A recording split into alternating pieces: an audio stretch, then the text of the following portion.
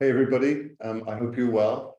As you've noticed this week, I'm actually on time, unlike last week. No flights today and no crazy delays coming through various airports. So thank you for bearing with me last week.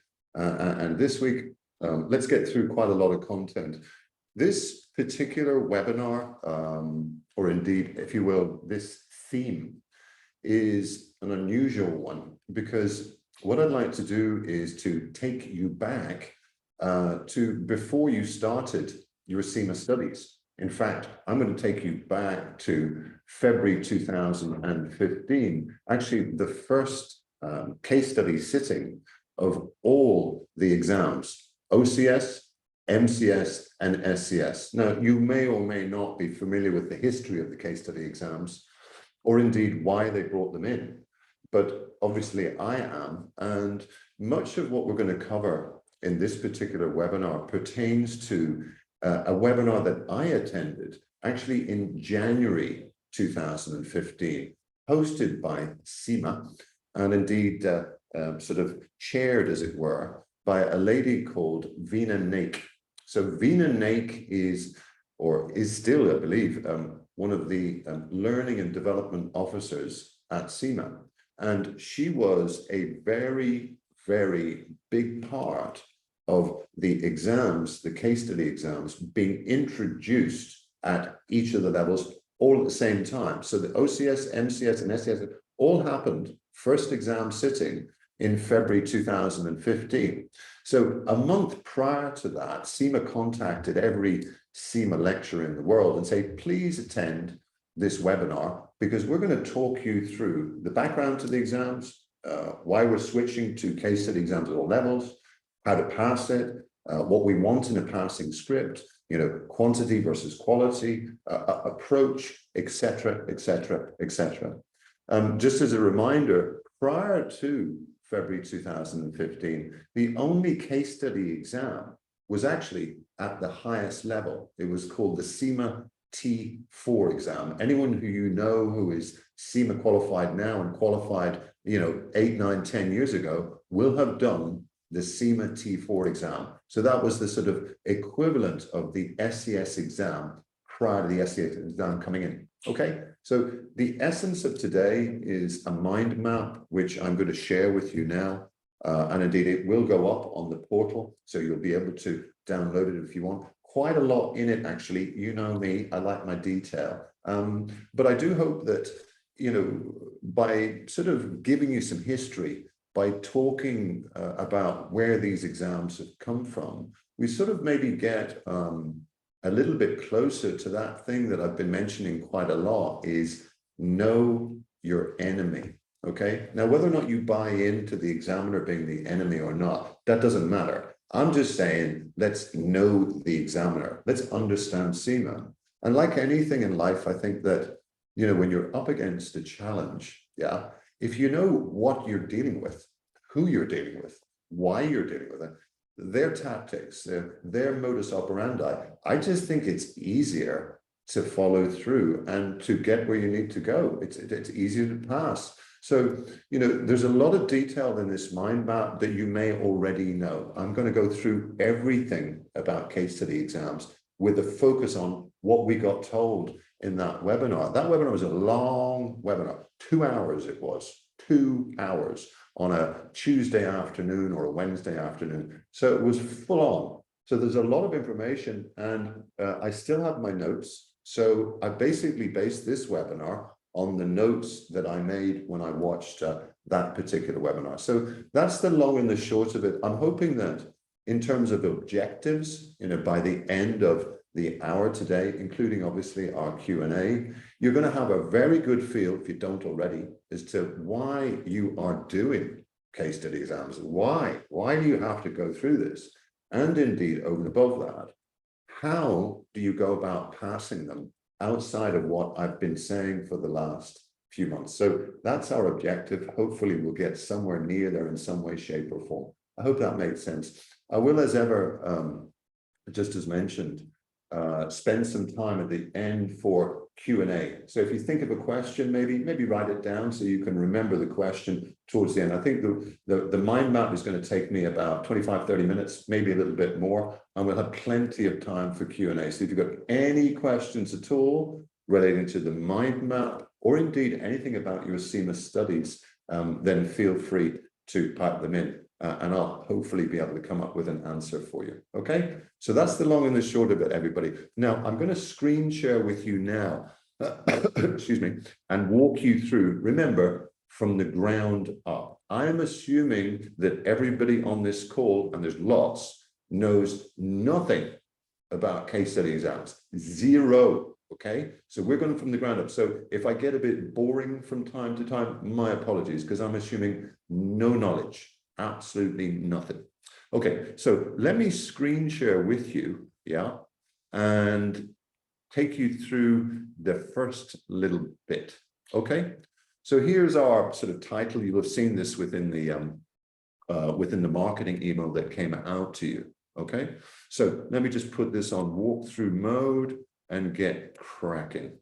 Okay, so let's start. What do we have? Well, we have the background to this exam, or these exams indeed, at all levels. As mentioned, February 2015, first sitting. So there's been quite a few, and I have taught in every single one. I assure you, I have the scars and the bruises to prove it. Okay, so Vina Nake, she is part of the key. I think that she was the top person, actually. I think that she drove everything. So it's interesting, or I was interested certainly at the time, as why, yeah? In other words, why were they totally changing the exam structure from what it was? I mean, what was the background to it? Now, as we go through each of the branches to this particular mind map, this little image here, I want you to think about your passing script. So I want you to think, keep in the back of your mind, my next case study exam, my passing script. How is what Paul is talking about going to help me get that passing script? I always think it's good within the exams and approach to exams to go to the end, yeah? Go to the passing script and look back, rather than being here thinking, I don't know anything. How am I going to do this? I don't know if I can pass. Let's find out what we need to do and then work backwards, yeah? And maybe sort of outline a set of steps as we come backwards. So first things first, what's the detail, yeah,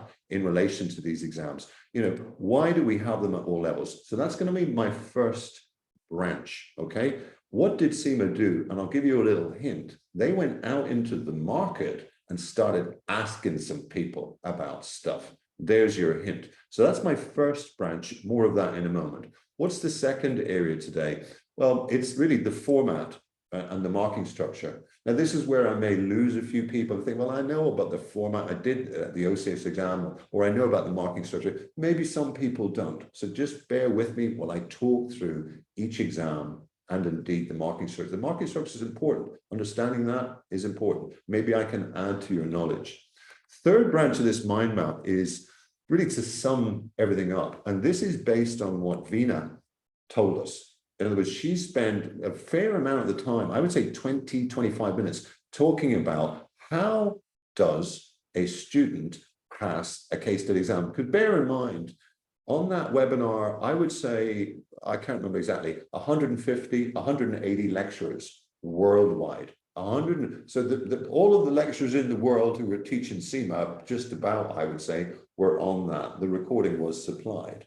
And indeed, she had a Q&A at the end, but she gave us some real guidance, because I can tell you that, you know, what I remember speaking to other CIMA tutors at the time, we were, to be honest, as clueless as students as to exactly what this new case study structure was going to mean. We didn't know anything. All we knew is, here's some blueprints, here's some information, we read some stuff, but really we didn't know what was going on. Yeah. So that is why I think that webinar was so well attended. Let me just check the chat here. We've got a couple of chats. I'm wondering, it's not about, yeah, okay, yes. Yeah, everything is good. Don't worry about the sharing of the mind map just yet. Let's just focus on what's in the mind map. Okay. So that's the third point. What is a passing script? I say 20 to 25 minutes she went through, and I made a lot of notes because I had to teach the following month, I think OCS and MCS. And I was thinking, how am I going to teach this? What do I need to say to them? Okay, so there's the three areas. Okay, that's what we're going to cover. Let's go into the first area and go in detail. Okay, so why did CIMA move from a sort of, if you will, a traditional structure for each of the levels, for each of the exams, i.e. there were written exams, as you would probably get in college, I guess, requirements, etc. No case studies, no pre-scene, no nothing. Okay, why? Well, they did a lot of surveys and indeed consultations with employers all over the world, okay? And I can tell you that the feedback apparently from employers was a little bit of this, a little bit of that. In other words, it wasn't great. So what did employers say? Several things. The first thing that they said is that skills in finance graduates, in CIMA graduates, weren't what they expected them to be. They were lacking. In other words, you know, we're not just talking about finance related skills. Yeah, I'm talking about all skills. Yeah, they said they were lacking and they wanted CIMA to do something about it. Okay, that's the first thing. The second thing, I guess, on a positive note, they said that knowledge was pretty good, but it appeared that that was the main emphasis. In other words, they had CIMA qualified graduates coming onto the market with a lot of good technical knowledge across the pillars, but skills not quite at the level that employers wanted. Okay. The next key point is that obviously the examiners and indeed the employers were suggesting that the only way to address this is to change the structure, not a little bit, entirely. And that is why, or that's what's led us to the exams at each level. They didn't just think, oh, let's just change the T4 exam at the top. They said, no. We've got graduates at different levels in different industries, in different finance departments. Let's put a case study exam in at all levels. Now, that was a crucial decision on their part. More of that in a moment. So the solution, as you probably gathered, is the first thing that they sort of pontificated about was what skills. In other words, what format of exam, what format of the qualification could they put in place to test what skills? So what skills? Now, I don't want to go through every single skill that you need to pass an exam, but I thought this little image and indeed professionalism, yeah, was the best way to sum it up. And the one thing that I've done previously in other webinars where students talk about skills, or when I talk about skills, is to say something like, and again, people on this call would have heard me say this before, my apologies if you have, to say something to the group like this.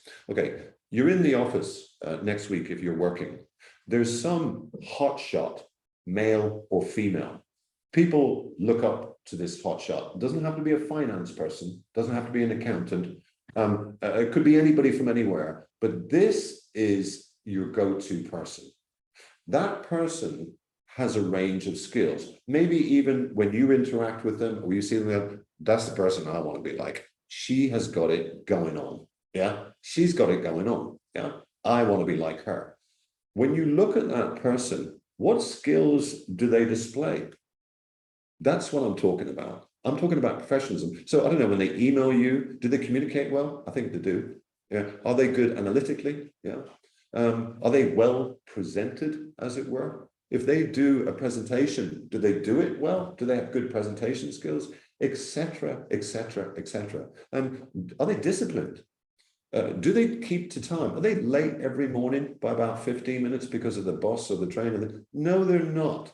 Yeah, they're not. I've met people like this. When I was younger, even now you see people, I come into contact with people and say, that person has got it going on. That's what I'm talking about. I'm talking about a range of different skills, okay? Outside of that, what else is the solution? The format of the exam. They had to, I guess, try and mirror real life. They had to create an exam environment that mirrored real life. If you imagine, let's say I'm doing the exam now, yeah. If CIMA had a camera that they could put up there and watch me in real life, and they could put that camera in every student's office if you're working or if you have worked in an office, that's what they'd do if they could afford to do it. They'd put a camera in the office and watch what you do. Watch how you do it, how you interact, how you organize your work, how you communicate, etc., etc., etc. That's the bottom line. So how could they come up with an exam that was going to test these areas and indeed require students to demonstrate that requisite level of skills? Not some sort of brain scientist, not that you have to be the perfect MCS student or the perfect OSA, not at all. Just replicate a modicum, a reasonable amount of skills, okay? In terms of the sort of background to the exam, they decided, excuse me, they decided that, like with the old T4 exam, the exam that was the SC exam, that they base it on a pre-scene. They base it on an industry because they thought that that was the best scenario. Put someone in a role play position in an industry, because that would also require them to have some sort of knowledge of the industry, yeah, to do some research, to look at the business model, etc., etc. Okay. Last point here is that they were going to base everything on a set of competencies and indeed marking, or the marking grid. Now, here's the only area that messed up for CIMA. This went pear-shaped. Out of everything that they did, the change, the 3 levels, the pre-scene, this is the bit that they messed up on big time. And when I say messed up on, we do not have this marking structure now, because what they did is they based it around a set that you're familiar with, the framework of those 4 skills. And in effect, within the first set of exams, you were scored under each of those headings. Now, that became a nightmare for several reasons. Number one, students didn't understand it. Number two, believe it or not, and I assure you that what I'm saying is 100% true, lecturers didn't understand it, a lot of them. I managed over time, because I thought, I am confused by this. I studied the whole marking structure because it was just so complicated. It wasn't like 100%, 50% of the pattern. It was just, so I got it right, but I remember being in contact with other lecturers. I'm not sort of bragging, but I remember saying, okay, this and that, blah, blah, blah. And they said, no, Paul, it's like that. I said, no, it's not. I said, this is the way it's marked. And they said, but why have they done that? I said, I don't know. This is the way they've done it. This is the marking. This is how you have to mark these scripts. So it was a complete and utter nightmare. Yeah. But this structure, the original structure from February 2015, doesn't exist anymore. Wonder why? Yeah, they've changed it. So what I'm going to take you through at the end is the current marking structure, not this one. I'm glad they've changed it, because for me, it was gobbledygook. It didn't make any sense. Yeah, and it was very difficult to mark a script. And it was very difficult for a student to understand what was going on, and lecturers, of course. So there's our first element, yeah? Let's go up to the format of the exam and the marking structure. And as mentioned, this may be old hat. You may think, I know all of that. Okay, but some students, and we have a lot of people on the call, may not know this, okay? So just bear with me. What is the format and what is the marking structure? Okay, first things first, the format is pretty straightforward. We know that all exams at all levels, 3 hours. We know it's a role play, office-based, yeah? For the OCS and indeed the MCS, yeah, we're talking about 4 tasks. That's 45 minutes each. And you'll know within the exam, the CBE CIMA platform, at the end of the 45, you get rolled on, okay? For the SCS exam, they cut it down to 1 hour each, okay? Watch for that. In terms of the tasks within each requirement, that's up to CIMA. Typical split is one of the 3 there. It doesn't have to be like that, but a typical strip is 50-50. You might get 40-60, 60-40, depending upon the order, or possibly split 3 ways. In my experience on OCS and MCS, more often than not, it's split two ways, yeah? A 50-50 or a 40-60 or a 60-40. Now, one key thing here, leave aside the three-way split. One key thing here, I think, yeah, and this is just my instinct, okay? I think that if you're in an OCS or an MCS exam and you see a 50-50 split or a 40-60 or a 60-40, don't treat them any differently in terms of time.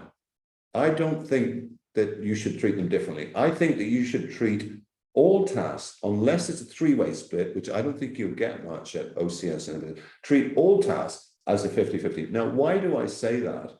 Because invariably, if it's a 50-50 split or a 60-40, they want somewhere between 4 and 6 points, yeah, for each part. So I can imagine there, here's my task one, I'm in the MCS exam. It says 60-40, yeah? Here's task one, or part A, if you will. You know, if it says 60-40, I'm probably going to write 5 points. I'm out, okay? I'm not looking to win a prize. I'm just looking to write 5 solid points and move on to the next part. Let's not get stressy about, well, if it's 60-40, I've got to weight it. Don't bother with that. You don't need to. As long as you're trying to answer the question, yeah? Don't be bothered about this 60-40, 40-60. Roughly speaking, split it 50-50 in terms of your time and your effort. Yeah, with a three-way split, it's slightly different, but for me, I'm not bothered about 5%. Okay, so you know, take this with a little pinch of salt. Now, here's something important. In this little box here, yeah, you see the importance of the content. Now, if I had a euro, a dollar, or a pound, yeah, for every time a case study student has asked me the question about content, yeah, in other words, how do I study for this case study exam at whatever level, given the fact that I failed P3 or F2 twice, or that I did it 2 years ago, et cetera, et cetera, et cetera. Now, this is important.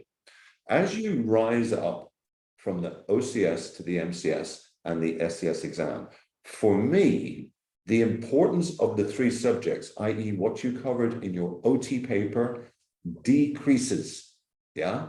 And the importance of skills increases. Look at the arrows here, yeah? So, you know, note left-hand side, yeah? The content, how well you know the content. Right-hand side, your necessity to display the skills that I talked about, okay? You've got to understand this, everybody, because a typical mistake that I see all case study students making is, okay, the pre-scene comes out, yeah? And one thing that they'll do is that they'll get their textbooks out, let's say, for argument's sake, Kaplan, yeah? And they'll just start reading the textbooks late into the night. I'm doing good study here. I'm going to read another chapter, and that'll be good. Nonsense. Absolute nonsense for several reasons. Number one, these exams, these case study exams, are not a retest of the OT subject. They're not. They're a test of skills first, then content. Yeah, I'll give you the percentages in a moment in terms of importance. Yeah, reading textbooks, yeah, or watching videos, yeah, late into the night, yeah, is not going to help you. You might as well try and catch a fly. Yeah, you have to study content for case study exams in the context of the company, so that you're thinking about, I don't know, negotiation, conflict, investment approach in the context of the company's situation, not just randomly. As I've said before in these webinars, you may as well read a comic, yeah? Don't read textbooks late in the night and think that you're doing good study, because you're not. You're definitely not. Okay, what do I think about the split? Now, when I say split, I'm talking about the importance vis-a-vis knowledge, i.e. of the 3 subject areas, and skills, which I talked about. Now, it differs at each level. This is just my estimate, guesstimate, yeah? But I think I'm about right.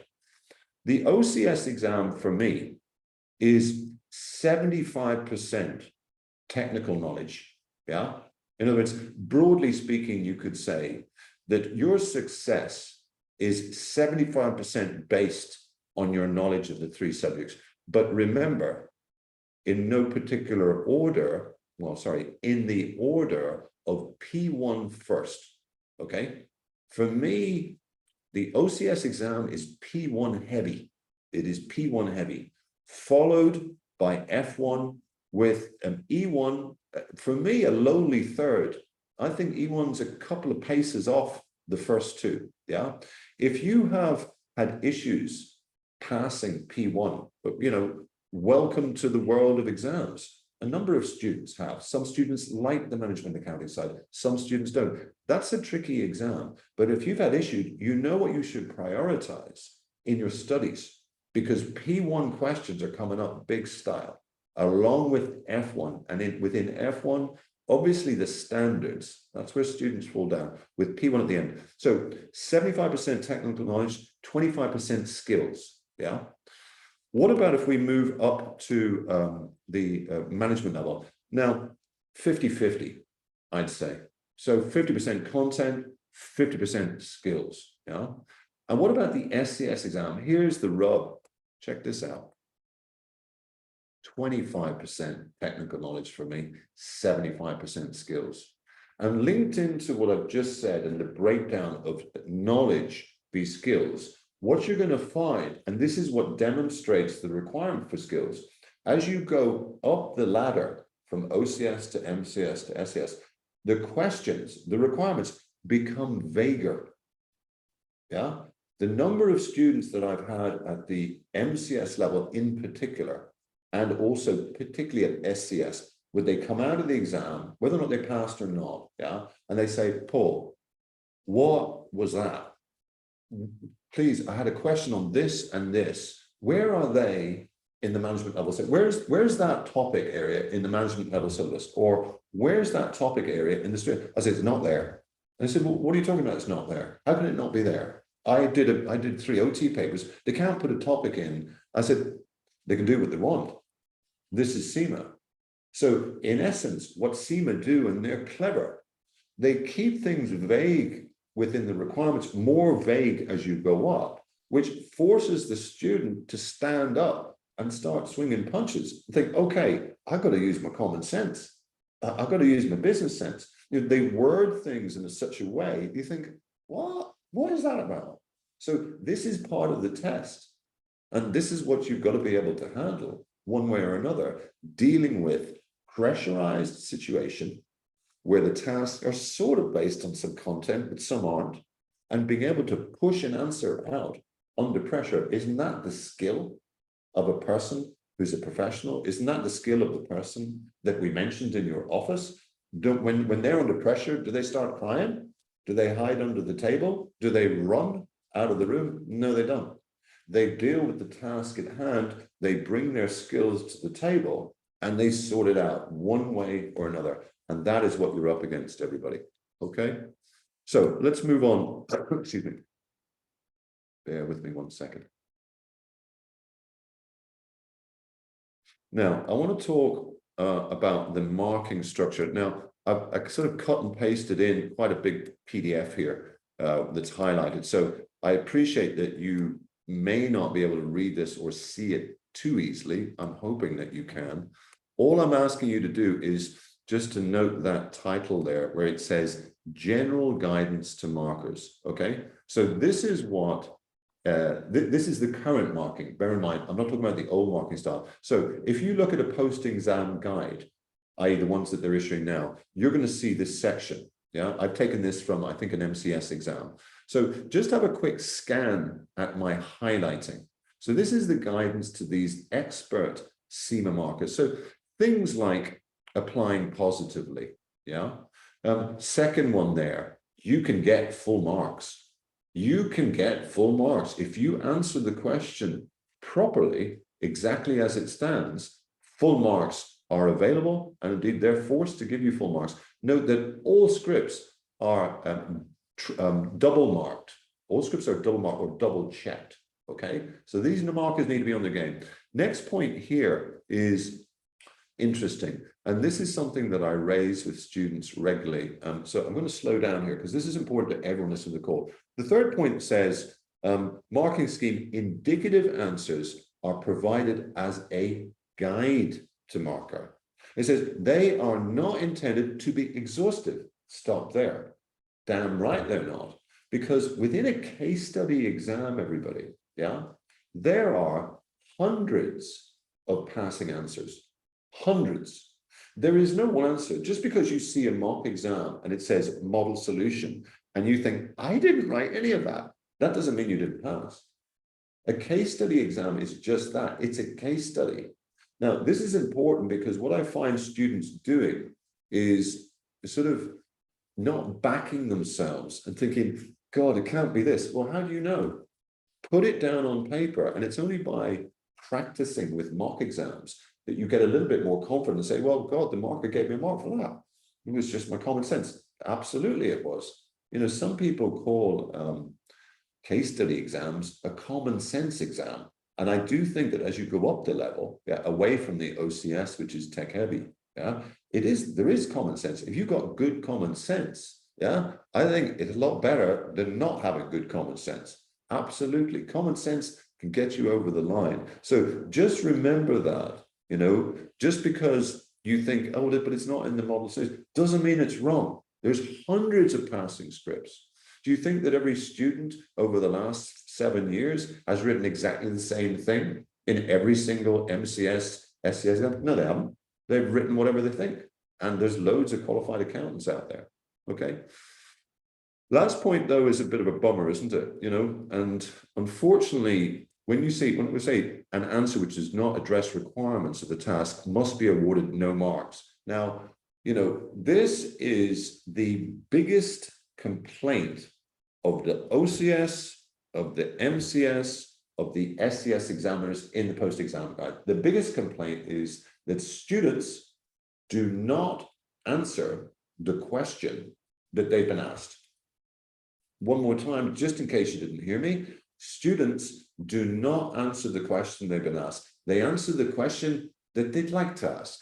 Imagine sitting in a room now, if someone comes in here, I'm in a meeting room in Delhi, so my boss comes in for argument's sake and says, Paul, I want you to do this, this, and this. What do you think about what we've been doing over the last 3 months? Do you think that strategically we've got it right? And I'll say, can I have a cheese sandwich, please, Coca-Cola, and a donut? What do you think my boss is going to say?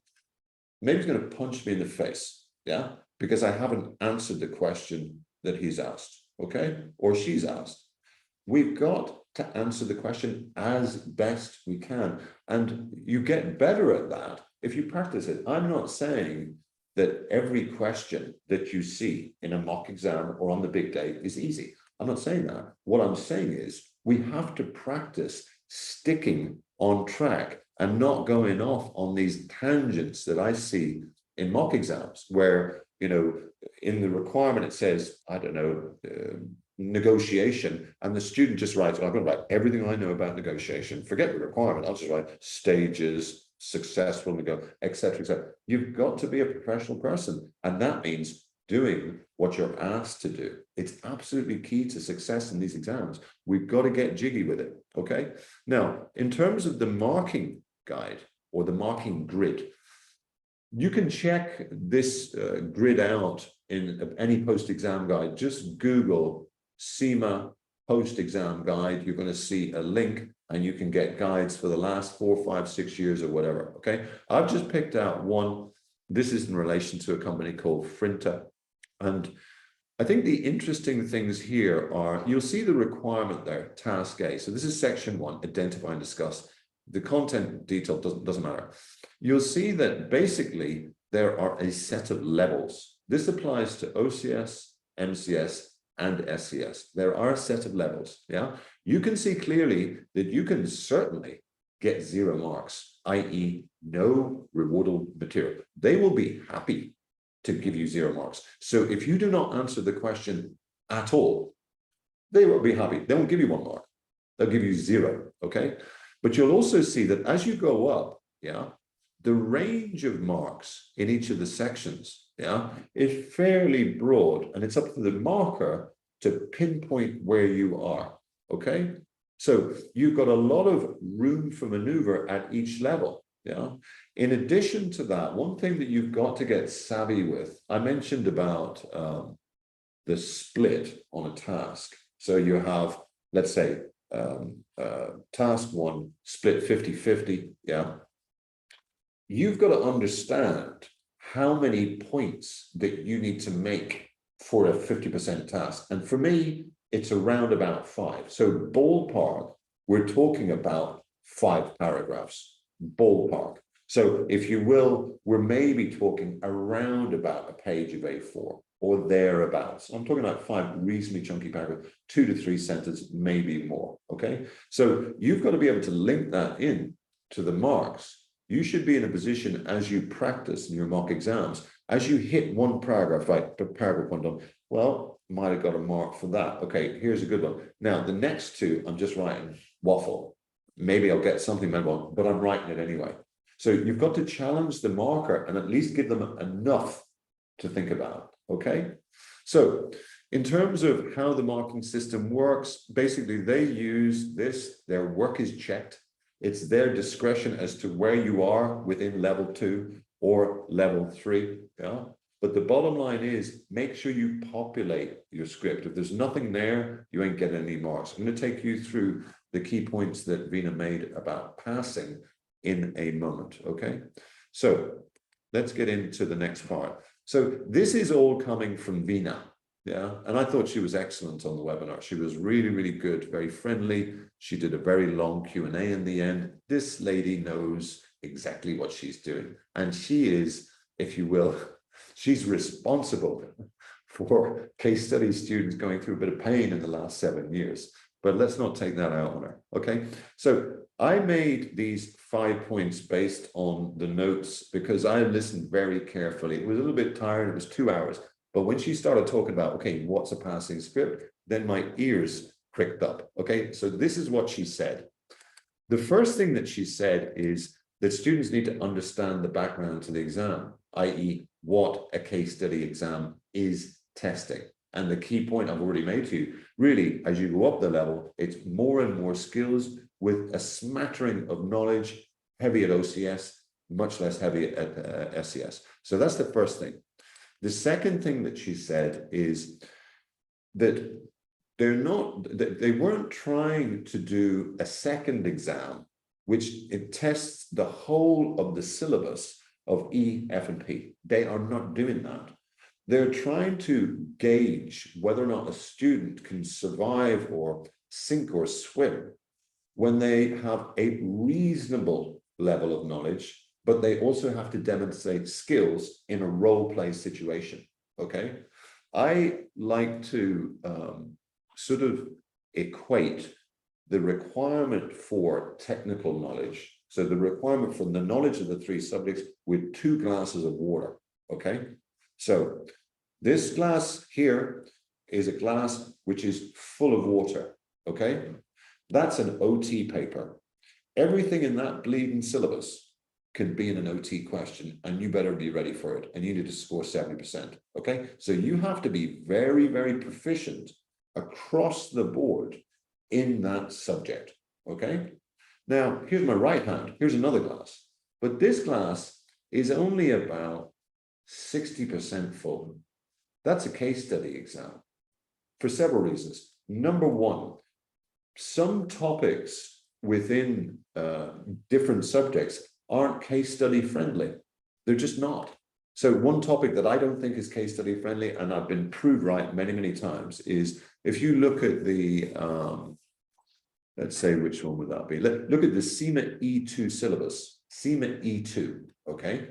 And check back to February 2015. How many times has project management come up as a question in any way, shape, or form? Very, very few, okay? It's not user-friendly. You know, there's a lot of project management that's about sort of project improvements, you know, histograms, Gantt chart. This sort of thing doesn't work well with a case study style exam. So that's just one example. Another thing that's obviously relevant is that there's no calculations that you need to do in a case study exam.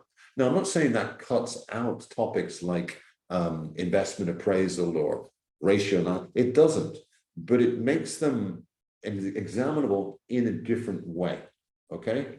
So the third and the final point really in relation to content and knowing content, so having proficient technical knowledge is, it's my opinion that proficient technical knowledge actually means this.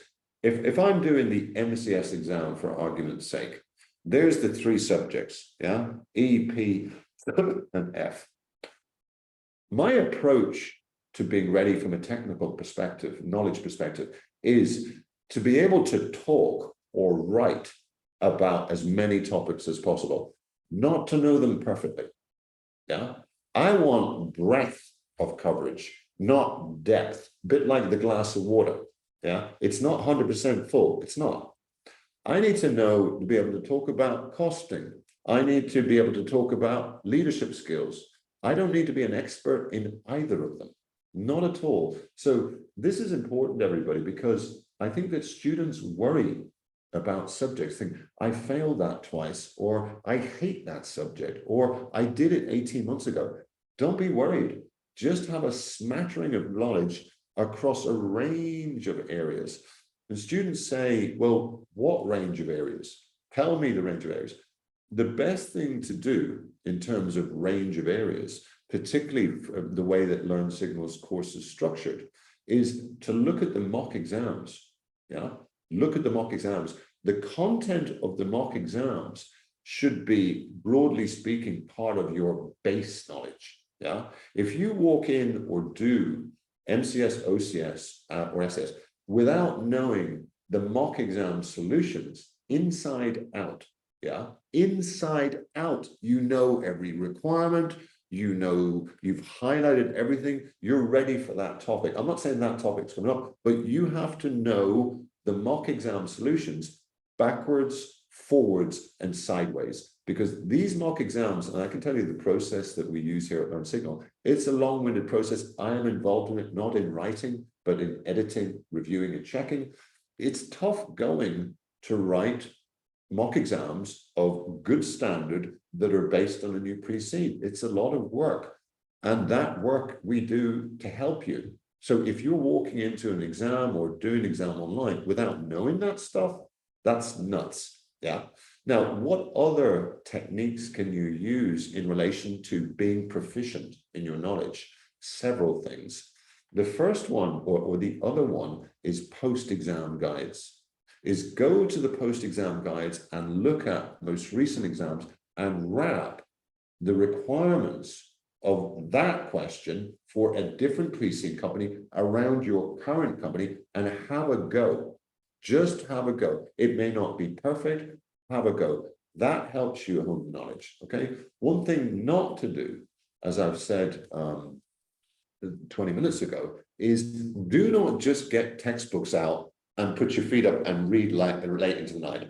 This is a waste of time, and yet students, particularly when I come into contact with research students, I would say 8 out of 10 tell me, I did hours and hours of study. I said, what do you do? He said, well, I read the textbooks. I'm like, oh my God, don't read textbooks anymore. Study the technical content in the context of the pre-seed company. Okay, number 3, what did she say? Address the question requirement carefully. I think I've mentioned that already. Answer the question. Those are her words. Address the question requirement carefully. Do what you are asked to do. That's a skill in itself. That takes practice. Not easy. Mock exams, that's where it's at. The fourth point was, now this is contentious. And when she said it, I thought, not sure about this, because certainly my professional exams, if you said to me in an exam, use 1/3 of your time to plan your answer, I say, see you later. I'm going to plan for 5 minutes and then it's vamos muchachos. I'm getting at this. Yeah. Now, the reason that she said it is that she linked it into the next point. Yeah. Which is the whole area of quantity versus quality, which is part of the title of this webinar. She said that she believed, based on their experiences with the old T4 exam, that students were fixated with volume, yeah, that they wanted to have smoke and fire coming off their keyboard. And she said, you don't need to. The quality of your script, the quality of your answer is the most important thing, yeah? Now, in terms of a ballpark figure for length, yeah, 2,500 words is where it's at, yeah? So if you're talking about an MCS exam, for argument's sake, you're talking about ballpark 600 words, yeah, for each task. And if you equate that to an A4 page, you're talking about 8 to 9 pages, okay? Now, you can try and type out 2,500 words in 3 hours. It's not difficult at all. It's not. So you do have enough time to plan, and I think planning is an individual thing for the students. My planning is about, there's the requirement, break the words down and write down explanations of those words. Define, yeah, what parts. They say approaches. I say question mark, how many approaches? My plan is rough, and I just sort of put it together as I go. That's what I used to do, okay? The last point here, demonstrate common sense. I've said to you that some people call case study exams, particularly as you go up the level, common sense exams. Now, does this mean that if you know nothing about any of the 3 subjects you can pass? No, you can't. But certainly common sense is going to help you. And you can practice getting better at common sense, okay? They say common sense isn't so common. The more we practice at anything, the better we get at it, okay? In terms of the business sense, her mentioning that, let's note that when she said business sense, she's making it relevant to the level. So she doesn't expect someone at the OCS level to be some strategic guru, some expert on how the company will move forward strategically over the next 5. No, she expects them to have some business sense in terms of subjects at the operational level. And if you look back over past papers, you'll see that certainly the exams are fair. They're not unreasonable. I'm not saying that they're very, very easy necessarily, but if you do the right amount of work, I think you have a good chance of passing, okay? So that really sort of sums it up, as it were. I'm going to go back off screen share now, and I'm going to deal with really any questions that you have within the chat. You'll see the chat facility there. If you're new to the webinar, just feel free to fire in. I'll certainly answer any questions at all. They don't have to be about this webinar. They can be about anything. So what have we got in terms of questions? Well, can I first ask, did the mind map make sense? Yeah, did the mind map? Usman, you're very welcome. Thank you. Did the mind map make sense? Are you understanding where I'm coming from in terms of just knowing the background to why am I doing this? I always think it's helpful. Why am I having to do this bleeding exam? I think that's helpful. And indeed, as I've said previously, all of this information, or a lot of it, is from the enemy. Yeah, it's from the enemy. Marianne, in terms of, sorry, how much trainee earn after CIMA qualified? Absolutely no idea, Marianne. I'm sorry, that's my answer to that. I don't think I'm up on trainee salaries. I said I could answer any questions, but maybe some I can't. Maybe some I can't. I'm not sure on that.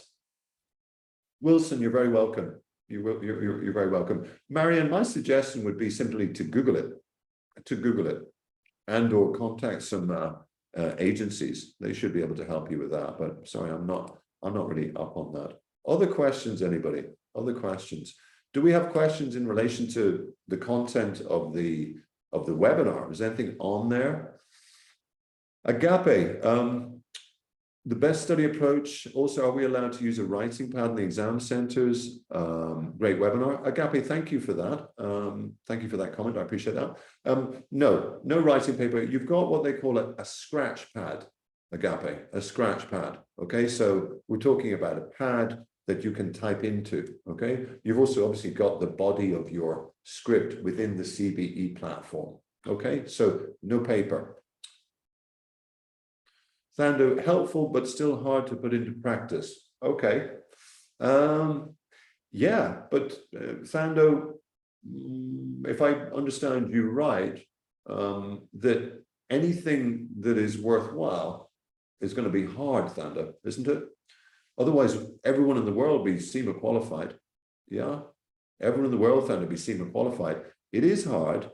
You just need a system, Thunder. You need a system, a step-by-step approach, and some hard work. Okay. Marion, passing mark of OCS, it's basically 80 out of 150, and that's the same for all exams: OCS, MCS, and SCS. 80 out of 150. Don't ask me why. I don't want to go there. I don't want to go there. MP, how are you? Okay, MP, running short on time. I haven't studied much recently. Okay, but we need to get jiggy. Still loads of time, MP, if used well. What advice do you offer if short on time? My advice is very, very simple, MP. Okay, a mock exam. Do it. Do a mock exam and get the next one in as quick as possible after that. Get it out to the markers. And you know what, MP, as we've said previously on these webinars, you do a mock exam, you fail it, MP. If you fail, so what? Who cares? We learn from the mock exam. The key to your success, particularly the key to anyone's success, MP, as you've heard me say before, because you're a great attendee on these webinars, is, excuse me, basically practice. Yeah, learn from failure. A quote, not a quote, but a sort of a, I guess, an adage that I've used on these webinars before, and I know that some students will be sitting there going, what? My adage is basically some of the most successful people that I've ever met. I'm 57 now. I've been in business for over 30 years, but some of the most successful people are the biggest failures I've ever met. Yeah, figure it out. They're the biggest failures I've ever met, but they are the most successful people. I'm talking in all respects, all respect. They're the biggest failures as well. Odd that, isn't it? Failures become successes. So MP, you've heard me talk about that before. No pain, no gain. Yeah. Okay, Usman, you're exempt. Okay. Yes, okay, get cracking. And Usman, watch out for F2 in the standards. Yeah, your nemesis as a gateway student is F2 and the standards within it, followed by P2. Forget E2. Forget E2. E2 you can waffle. You can waffle through E2. You can't waffle through standards. You cannot. So that's your nemesis. Yeah, and mock exams as well. No. Christina, it's 80 out of 150, not 80% out of 100. So the pass mark effectively for OCS, MCS, and SES is, if you take 80 out of 150, you're talking about 53. 53% is the pass mark. Okay, Christina, let me know that that makes sense. It's 80 out of 150. That's how they score it. Again, don't ask me why, because I'll just get upset. Gary Kai. Okay, expected topics for MCS. I will, closer to the time, on the course, Gary Kai, on the course, one of the areas that we release, yeah, we release everything at the start, yeah, everything that you need, but we also release, Gary Kai, bonus content. And for the MCS, I believe it's next week. And part of that bonus content is hot topics. It's a hot topics video prepared by a very interesting chap, me. So watch for that, Gary Kai. And quite discouraging. Christina, do you mean the mark? The mark of 53 out of 100? I'm not sure I get you. Christina, just clarify that. What's discouraging? 53%? That's not too bad. Wilson. You would just focus, Wilson, on the SCS level, the SCS subjects, and indeed the skills required at that level. So you don't need to know everything. They'll focus on SCS content, but only to the tune of about 25%. Okay. Thando, so it's not 80%. No, it's not. It's 80 out of 150, Thando. So around about 53%. So Philip Jenkins, thanks for your question, Philip. P, F, and E split broadly the same. Within the case study exams, no. I would say, I guess the question really is relevant to which level you're at, Philip. I think as mentioned, in the OCS exam, Philip, the OCS, I'm not sure if you're at MCS or SCS. In the OCS, I would say the split or the weighting towards subjects is probably about 40%, maybe a little bit more, P1. Maybe about 30 to 35% F, and the balance E. But I think as you go up, MCS and SCS, it's more split evenly. There's no real emphasis either way. It's only at the OCS, Philip. Okay. Dabiso, no calculations, just interpretation. Dabiso, just interpretation. No calculations in any case study exam at all. No calculations. Yeah, but interpretation, they present you with calculations, you need to interpret them. Okay, Avinash. Okay, Master Gateway. I haven't heard of Master Gateway. I've heard of Gateway. That's the MCS. So you'll do MCS first, Avinash, then P3, F3, and E3, and then the SCS. That's my understanding, unless Master Gateway is a new thing. Larry Gia, thanks, Paul. You're very welcome. MP, yes, I would. Yes, I would. Absolutely. I would recommend MP for you, given that you said you're a little bit tight on time. Maybe you've sort of haven't done a lot of study in the last week or so. Every study session, MP, that you do from right now, this moment, is on a computer typing out an answer to a question. Every one of them. Not some of them. Every one of them. Okay? Practice, MP. Marianne, training period after CIMA. Again, training period, do you mean, in what context, Marianne? Do you mean in terms of the PER or the practical experience requirements? I'm not really sure of your question. Okay, Christina. Usman. Okay, no, Usman, E2, no, not a priority for you. F2, followed by P2. Yeah, but Christina, with regard to the mark, it's not 80% out of 100, the pass mark, yeah? It's 80 out of 150. So in order to pass the case study exams at OCS, MCS, or SCS, you have to score 80 out of 150. The total marks is 150. So if you equate that down to 100% scale, it's actually, the pass mark is about 53%. 53. It is not 80 out of 100. Okay? It is not 80 out of 100, Christina. MCS, Philip, cool. Okay. Well, then you're talking a three-way split, Philip. Three-way split. Okay. Join your lectures. Okay, well, you would just have to sign up, Christina. You would just have to sign up for Learn Signal. I think that there's a free trial. I'm not up on the marketing side, but you just need to sign up. Okay, Christina? And then you're in. You're in. And all the content is ready, Christina. All the content is ready for you right now. Okay, Hafiq, there's no, you won't be required.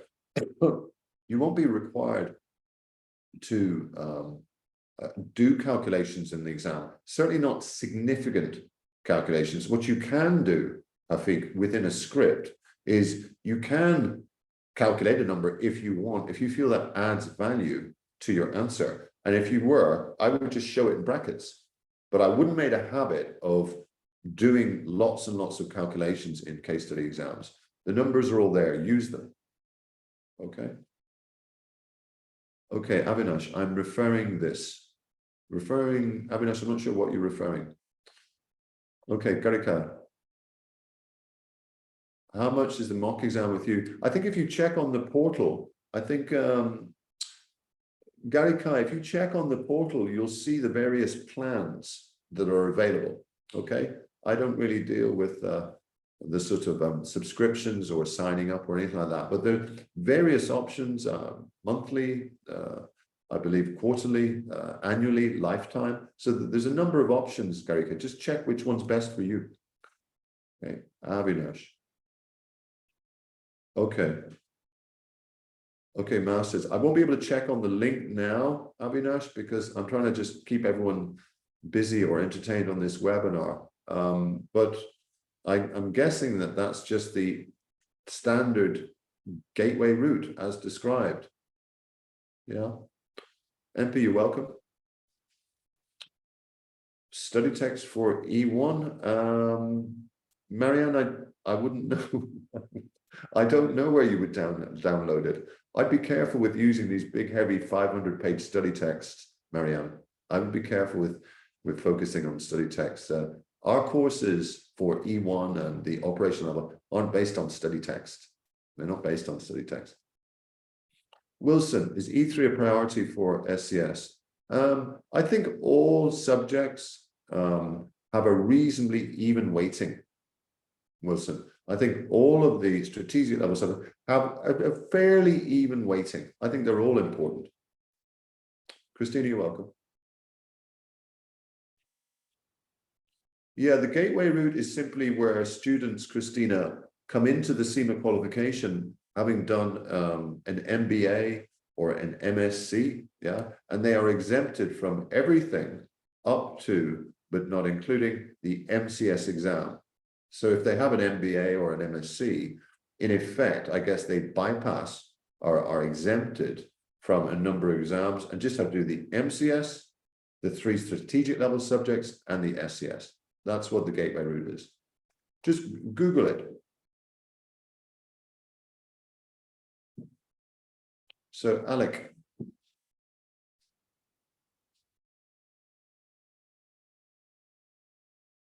You can't choose to take the exam on paper because the CBE platform, so the computer-based exam platform, is where it's at. But, you know, Alec, don't worry about typing speed. You do not have to be a fast typist to pass this exam. That's not a requirement. You know, getting 2,500 words out in 3 hours is not as complicated as you might think. It's not. So don't worry about typing skills. Avinash, you're welcome.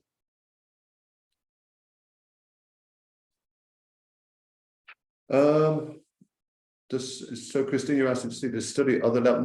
No, not other levels, but certainly you need to have a grasp of the 3 subject areas, i.e. F3, P3, and E3, Christina. You don't need to study the lower levels. For me, no.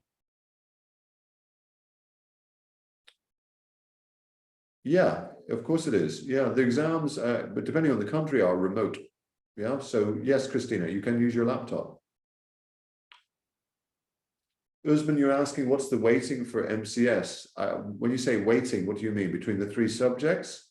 Is that what you're asking me? If you are, I would say broadly, Usman, a 3-way split. They're each as important as the other. Okay, Nicola, thank you very much. I'm glad. That's what we're here for, to be helpful. That's what we're here for. Let me just make this bigger. Okay. So, we're Annalisa Thomas. What's the best resource for studying for the OCS? Annalisa, it's a company called learnsignal.com. That's the best resource for studying the OCS exam. Absolutely. Zulika, you're very welcome. Thank you for your comment. Hafik is asking about real-life industry situation to the case study example, toy industries in real life. Thank you very much, and that's a great webinar. Yes, you can, but don't overdo, don't overdo the industry research. Can I tell you a story, everybody? Would you like to hear a story about he was an MCS re-sitter? Would everyone like to hear the story? Would you like to hear a story? Yes or no? You definitely would. I need some yeses. Okay, I'm going to tell you a story. Now, this guy, I really like this guy. Yeah. I've been in touch with him for years. A student, he was MCS. He got in touch with me. Oh, I don't know how long ago, maybe 4 or 5 years ago. He had failed the MCS exam. This relates to Hafik's point about real life industry and understanding it or spending time working on it. Now, this guy had failed the MCS twice, I think. Very nice chap. I think his name was Mohammed. I think he was from London. I think he was from London. And in the immediately preceding exam, i.e. the last MCS fail, the case study company was a dental chain, a chain of dentists. Yeah, chain of dentists. I'm nearly certain. No, I am certain. And I said to him when he came into contact, he said, I need help, blah, blah, blah. What am I going to do? I said, what was your approach? He said, well, I thought I was really good on the industry. So I didn't know why I failed because I knew everything about the industry. I said, oh, okay. What did you do? Like, how did you research the industry? Well, I said, no, I spent a lot of time on Google. And also I spent a lot of time talking to my dentist. And I went, you're a dentist? And he said, yeah. My dentist, he said, I made an appointment with him, several. I said, to do what? He said, well, to talk to him about the industry. I said, well, what did he say? He said, well, he just sort of talked about the industry. So I was really up on the industry. And I said, Mohammed, what are you talking about? You made appointments with your dentist? Yeah. Mohammed, you are taking this industry situation too seriously. Yeah. And we are wasting our time. Let me ask you another question, Mohammed. How many mock exams did you do under full exam conditions, get them marked, wait for the feedback from the marker, and then be all over the model solutions like a rash? Tell me the number. And he just looked at me and said, none. I said, okay, let me get this right because I'm confused now. You made an appointment with your dentist, had several appointments just to chit chat about the industry, but we didn't do any mock exams. Yeah. Well, in one sense, and I'm not trying to be disparaging to Mohammed, he was a really nice chap. I liked him, and he passed. He passed on the third attempt. But let's get our priorities right. This is not an exam where you go in and you get interviewed about the industry. So tell us what you know. What's the stats? That doesn't happen. We know what this exam is. We've talked about it today. So let's be realistic here and careful, okay? I'm going to take a few more questions. I'm going to have to cut it down because we're running over time. Yeah, okay.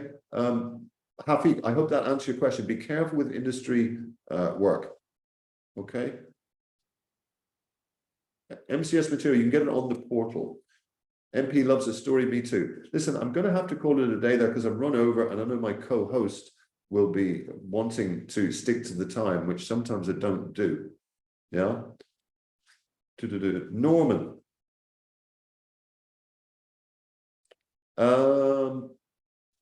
Norman, I would say, I'll answer this question, this final question. I would say, I would say you could do, it depends on your study skills, Normal. It depends on your study skills and your knowledge of the 3 subjects. If you're going to do the strategic level, I'd do the 3 subjects, the 3 OT subjects. That's what I would do, Normal, and then do the SCS. Don't go straight into the exam. Okay, listen, everybody, I'm going to have to call it a day. Okay, so listen, thank you so much for joining me. I hope that you found it helpful. As I say, the mind map will be uploaded onto the portal within 24 hours. So you'll have access to that if you're a subscriber. And if you're not a subscriber, then obviously you should be a subscriber, absolutely. But either way, please do come to the webinars every Wednesday at the appointed time, and we can bang heads and I can give you some more advice. Okay, so I hope that you found it helpful. Good luck with your studies and take care. Okay.